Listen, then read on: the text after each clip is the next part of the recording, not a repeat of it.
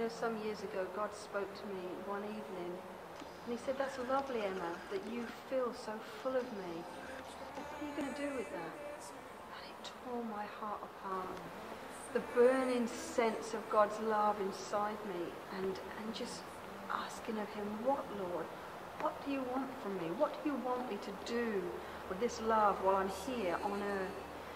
And he directed me to Psalm 68, and I'll read it to you. It says, "A father to the fatherless, a defender of widows is God in his holy dwelling.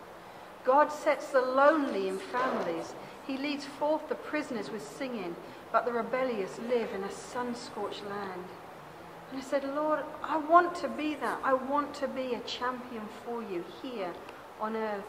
And you know, he started to turn my head towards the lonely, towards the broken, towards the children that were in foster care, towards the orphans that were overseas. And he started to break me. And everything in me said, "No, turn away.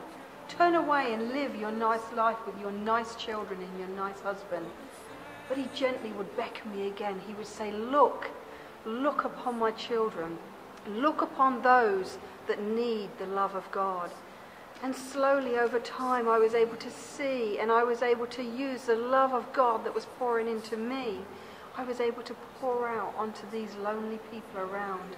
Children would start to come into our home as broken vessels, and they would become healed within our family environment. They would have unconditional love awarded and showered upon them by myself and my husband and my children. I was able to minister to the lonely prostitute that couldn't get out of prostitution, to the single mum that was just so desperate that her life hadn't gone that way. It was the love of God.